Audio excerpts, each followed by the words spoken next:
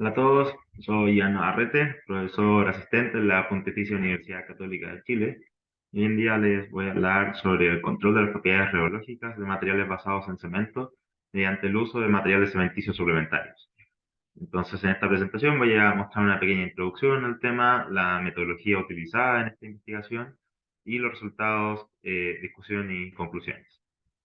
Partiendo por la introducción, lo que motivó esta investigación es que, a diferencia del crecimiento de la productividad mundial de los últimos 20 años, la productividad en la construcción se ha mantenido bastante estancada. Y esto se debe principalmente a que en la manufactura, por ejemplo, se han incluido muchos procesos de automatización, mientras que en la construcción seguimos utilizando los mismos sistemas tradicionales de los últimos 20 años.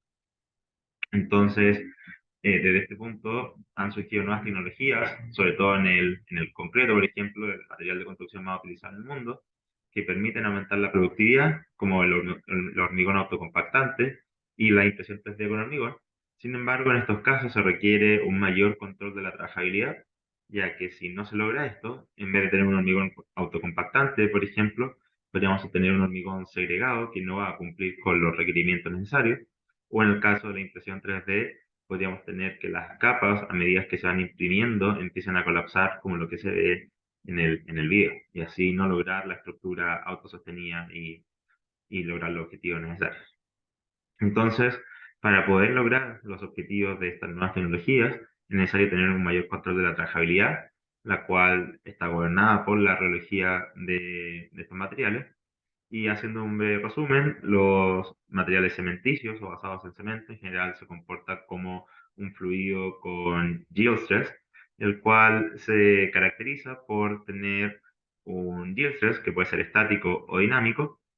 y en este caso corresponde a la fuerza mínima, por ejemplo, que hay que aplicar para que el hormigón empiece a fluir, en el caso del yield stress estático, o la fuerza mínima que hay que seguir aplicando para que el hormigón se siga moviendo una vez que ya inició su movimiento, en el caso del yield stress dinámico. Entonces, además de estas dos propiedades, también tenemos la viscosidad. En esta investigación nos centramos principalmente en el static yield stress, el cual ha tomado harto revuelo en los últimos años, sobre todo debido al desarrollo de la impresión 3D. Y esta propiedad, además, evoluciona en el tiempo, ya que en los primeros minutos ocurre floculación entre las partículas de cemento o materiales cementicios, lo cual se ocurre debido a la interacción por las fuerzas de Van der Waals y fuerzas electrostáticas, y eso genera que este yield stress, static yield stress inicial. Luego, en el paso del tiempo, en estos pseudo puntos de contacto que se destacan acá, empiezan a hidratarse, a generarse productos hidratados, tanto silicatos de calcio hidratados como estringita, lo cual permite y genera que se produzcan estos puentes de contacto entre las partículas, lo cual va produciendo un incremento del static yield stress con el tiempo. Y este incremento es lo que se conoce como el structural build-up. Los efectos de esta propiedad en el hormigón son diversos, como por ejemplo un mayor structural build-up permite disminuir la presión de los moldajes al utilizar un hormigón autocompactante. También permite un mayor structural build-up reducir el bleeding de losas de hormigón, por ejemplo, o aumentar la capacidad, la buildability de impresión 3D para que las capas autosoporten las capas superiores. En algún momento se pensó que mientras mayor fuera el structural build-up, mejor iba a ser la constructibilidad de los materiales. Sin embargo, hay algunas propiedades que disminuyen al aumentar mucho el structural build-up, como por ejemplo son las uniones entre las capas, en el caso de impresión 3D, o de estructuras de hormigón autocompactante construidas en distintas etapas. Ahora, además, esto se complica aún más considerando que en los últimos años hay un incremento y un uso masivo de los materiales cementicios suplementarios y que la efectividad de los aditivos químicos, como los aditivos superplastificantes que se ocupan normalmente para controlar la trabajabilidad en el hormigón, no son tan eficientes en estos materiales cementicios suplementarios. Y hoy en día, sobre el 80% de los cementos utilizados contienen uno o más de estos materiales cementicios. O sea, son pocos los hormigones que contienen 100% de cemento Portland puro. Ahora, ¿por qué es importante estudiar su efecto? Como podemos ver en esta imagen, eh, a- el uso, por ejemplo, de ciencias volantes produce un efecto significativo en las propiedades rheológicas del hormigón. Sin embargo, dependiendo de los estudios previos, han obtenido resultados bastante contradictorios, y esto mismo se repite en la escoria de alto horno o en el limestone powder. Entonces, es importante tener un entendimiento de las propiedades fundamentales que gobiernan a estos materiales y que producen que en algunos casos aumente, por ejemplo, la viscosidad y el yield stress al usar mayores dosis de fly ash, o que en otros casos disminuyan ambas propiedades. Entonces, el objetivo de esta investigación es entender el efecto del tamaño de partícula, por un lado, y de las propiedades físico-químicas de los materiales alimenticios suplementarios y sus interacciones con los parámetros fundamentales del diseño de pastas cementicias en el structural build-up. Entonces, la metodología que se utilizó para esta investigación, para optimizar el número de mezclas necesarias, se ocupó un sistema, un diseño factorial centrado en las caras, el cual, como pueden ver acá en un ejemplo de tres variables, se tiene que se necesitan 8 puntos, un 2 elevado a 3, para entender los efectos lineales y las interacciones entre los parámetros. Y además, si es que este modelo se aumenta con puntos estrellas, que son como los que se ve acá, se puede tener una cuantificación de los efectos no lineales de cada una de las variables. Entonces, a partir de esto, el uso de estos diseños factoriales, se optimiza la cantidad de información obtenida, lo cual puede lograr que los resultados sean más generalizables y que haya un mayor entendimiento de lo que está ocurriendo. Entonces, en este caso en particular, se utilizaron 5 factores experimentales, por lo tanto, para el desarrollo, las mezclas que permitía generar los modelos, se ocuparon 29 mezclas, y con ese desarrollo se obtuvieron estos modelos para el ATIX, o el Structural Build-Up, mejor dicho. Y una vez que se obtienen estos modelos, hay que hacer dos validaciones. La primera de ellas es ver que el signo de los coeficientes, por ejemplo, si es que da que la razón de aguasamiento aumenta o disminuye, el structural build-up, tengan sentido, y para eso hay que hacer una revisión del estado del arte para ver qué es lo que está ocurriendo. Y por otro lado, hay que ver que la predicción de los modelos esté acertada, y que estos modelos no estén prediciendo solo el comportamiento de las 29 mezclas de desarrollo, sino que esté modelando bien y prediciendo bien el comportamiento de la población. Entonces, para eso hay que hacer unas mezclas de validación, que serían mezclas extras, no utilizadas para el desarrollo de los modelos, pero que se ocupan para validarlos. Entonces, respecto a los factores experimentales, los asociados a los parámetros del diseño de mezcla, fueron tres los que se ocuparon, los tres más importantes, que fue la razón agua-cemento en forma volumétrica, el reemplazo, el porcentaje de reemplazo de cemento por materiales cementicios suplementarios, y la reactividad del cemento. Entonces, en el caso de la razón agua-cemento, como les dije, se movió de forma volumétrica, ya que la rheología está controlada por el volumen de sus componentes y no por la masa, pero esta razón agua-cemento volumétrica equivale a una razón agua-cemento en masa de entre 0,4 y 0,5, que son comúnmente utilizadas en el diseño de mezclas de hormigón. Con respecto al nivel de reemplazo de los SIM por cemento, se varía entre un 20 y un 40% en volumen. Y respecto a la reactividad del cemento, para mover esta se ocuparon dos cementos, un OPC, un cemento Portland ordinario, y un blended cement compuesto por un 80% de OPC y un 20% de un filler inerte, manteniendo el tamaño similar. Respecto a las propiedades de los materiales cementicios suplementarios, se movieron dos variables, que fueron el tamaño de partícula por un lado y por otro lado el comportamiento físico-químico. El comportamiento físico-químico, autores previos mostraron que está definido por dos parámetros principalmente, que son la reactividad química, la cual se puede medir mediante el calor liberado en el dormant period del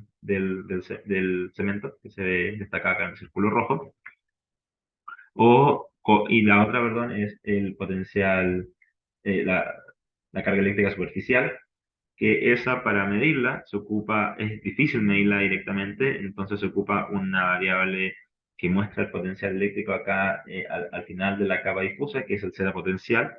pero cuando se ocupa la metodología electroforética, la movilidad electroforética, el Z potencial tiene un valor bastante cercano al de el potencial superficial. Entonces, utilizando esta técnica, se puede medir cómo este Z potencial y esta carga eléctrica superficial va cambiando con el pH de los distintos materiales utilizados en esta investigación, y este se fijó en los valores fijados para pH más altos, cuando ya se alcanza un plató, un valor estable, no se esperan cambios significativos al seguir aumentando el pH, y como en el caso de las pastas de cemento tenemos un pH mayor a 12, este fue el valor que se utilizó. Entonces con eso armamos esta tabla resumen, en la cual los SEM utilizados para la etapa 1 fueron un filler inerte y una ceniza volante, ya que de esa forma se puede desacoplar el efecto de la variable de actividad química del efecto del Z potencial, y además utilizar una mezcla 50 y 50% de estos materiales para la fase de desarrollo de los modelos, y para la fase de validación se utilizó otra ceniza volante, un ceniza cascarilla de arroz y un metacaolín. Ahora, para separar el tamaño de partícula, lo que se hizo fue hacer una molienda controlada de ambos materiales, obteniendo, por ejemplo, en el caso de la ceniza volante, una ceniza gruesa y una ceniza fina, y el filler inerte también se molió por 7 días, y mezclando ambos materiales, perdón, y el no molido, se replicó el particle size distribution de la ceniza gruesa y de la ceniza fina. Y de esa forma se separa el efecto físico del efecto físico-químico. Entonces, para hacer eso, se midieron la distribución de tamaño de partículas mediante el método de difracción láser, y se cuantificaron dos propiedades, que fue el área superficial específica de los materiales y el número de partículas por un volumen unitario. Y en este caso, lo que se hizo fue replicar la superficie específica de la fly ash gruesa y fina con el filler inerte, teniendo así el filler fino y el filler grueso. Para medir las propiedades reológicas se utilizó un reómetro de platos paralelos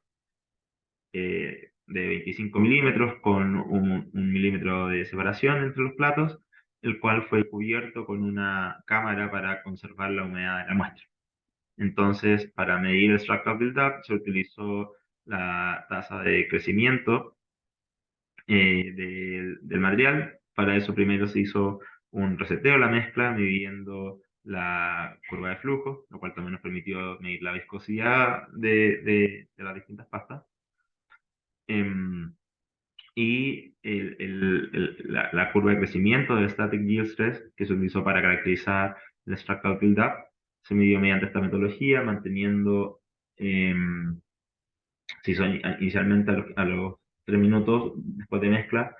eh, se hizo un reseteo de esta, o sea, se llevó a un shear rate bastante alto para eliminar cualquier puente de SSH que se haya formado antes de iniciar las mediciones, y a partir de ahí, cada 15 minutos, se midió a una tasa muy baja de corte, de 0,015 Hz, de forma constante, la curva de shear stress, y el peak de esta curva era el static yield stress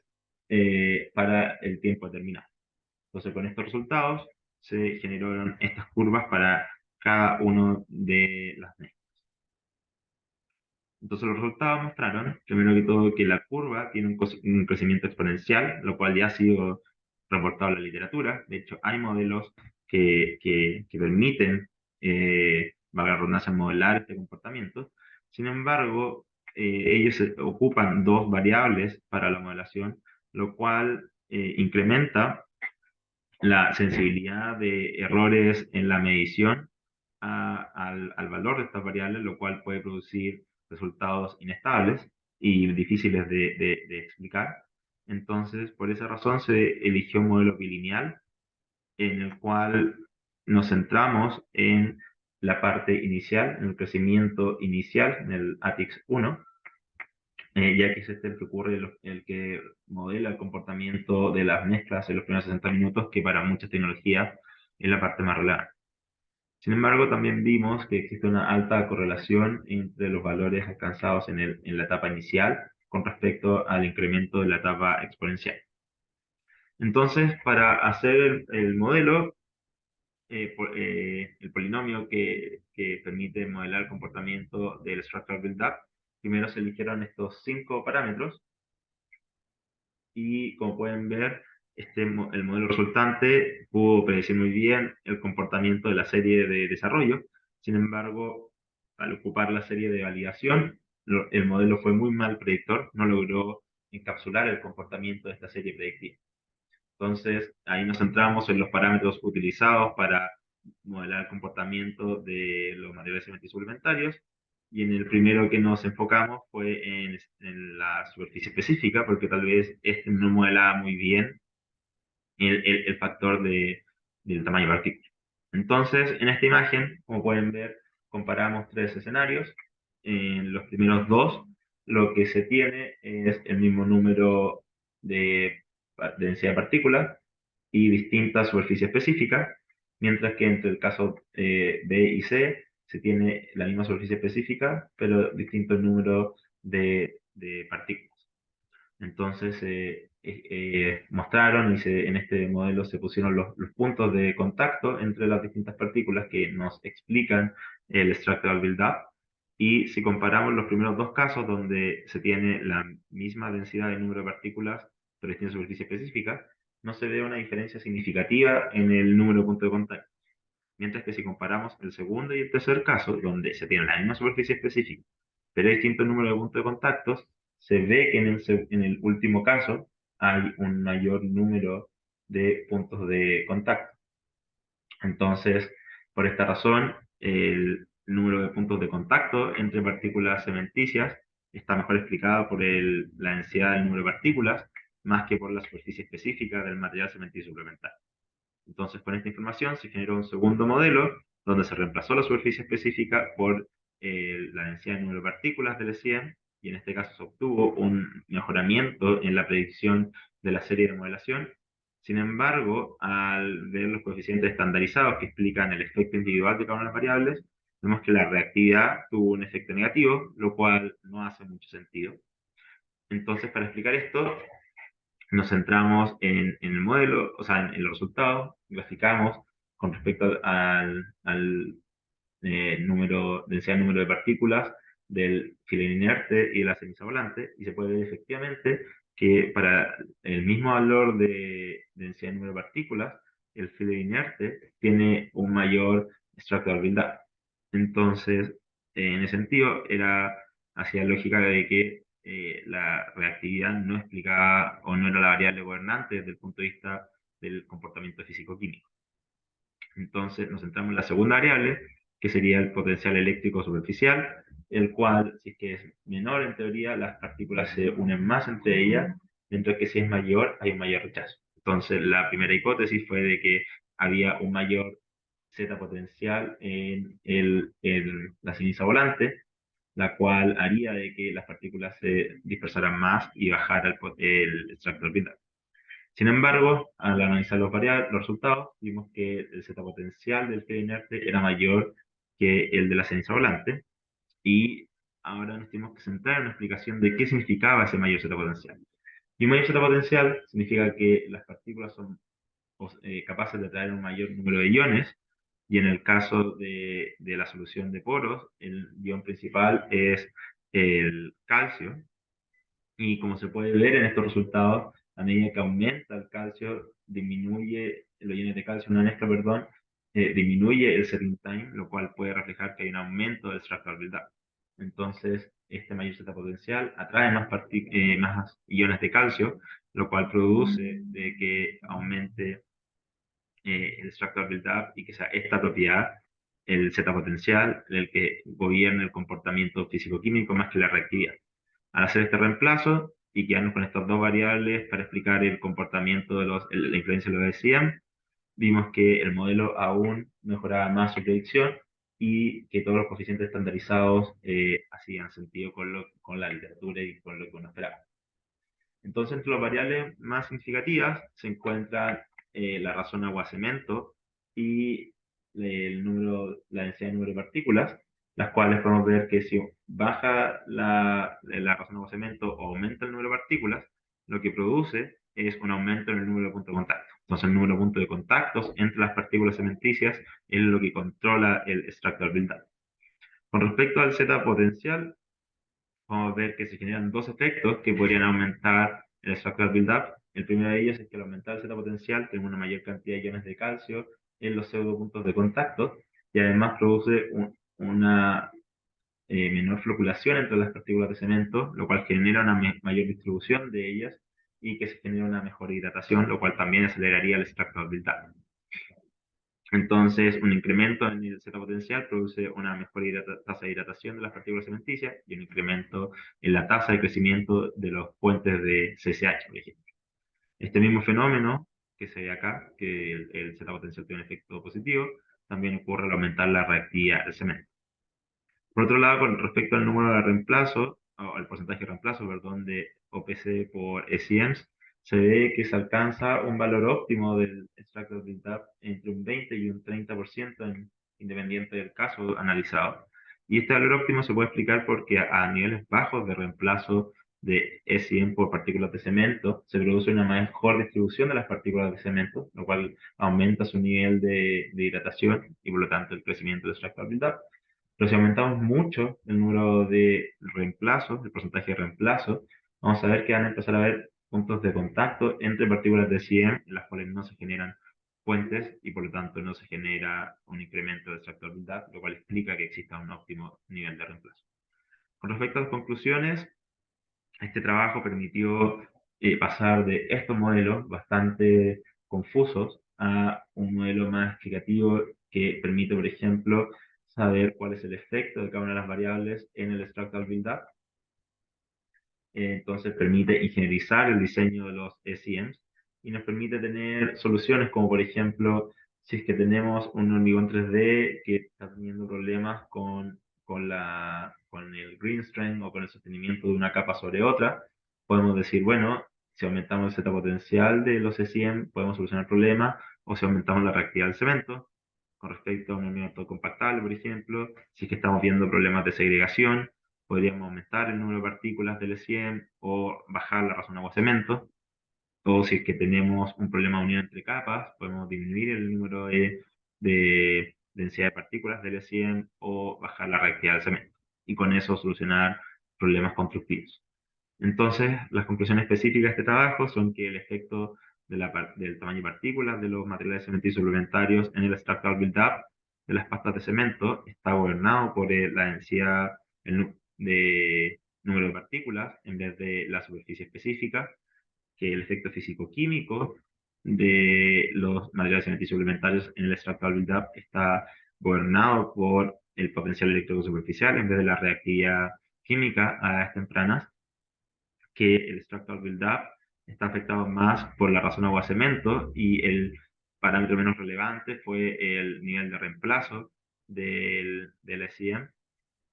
Y finalmente, dentro de las propiedades del SEM, la densidad de número de partículas tiene un efecto más significativo que el potencial superficial en el extractor buildup de pasta cementicias. Muchas gracias por su tiempo.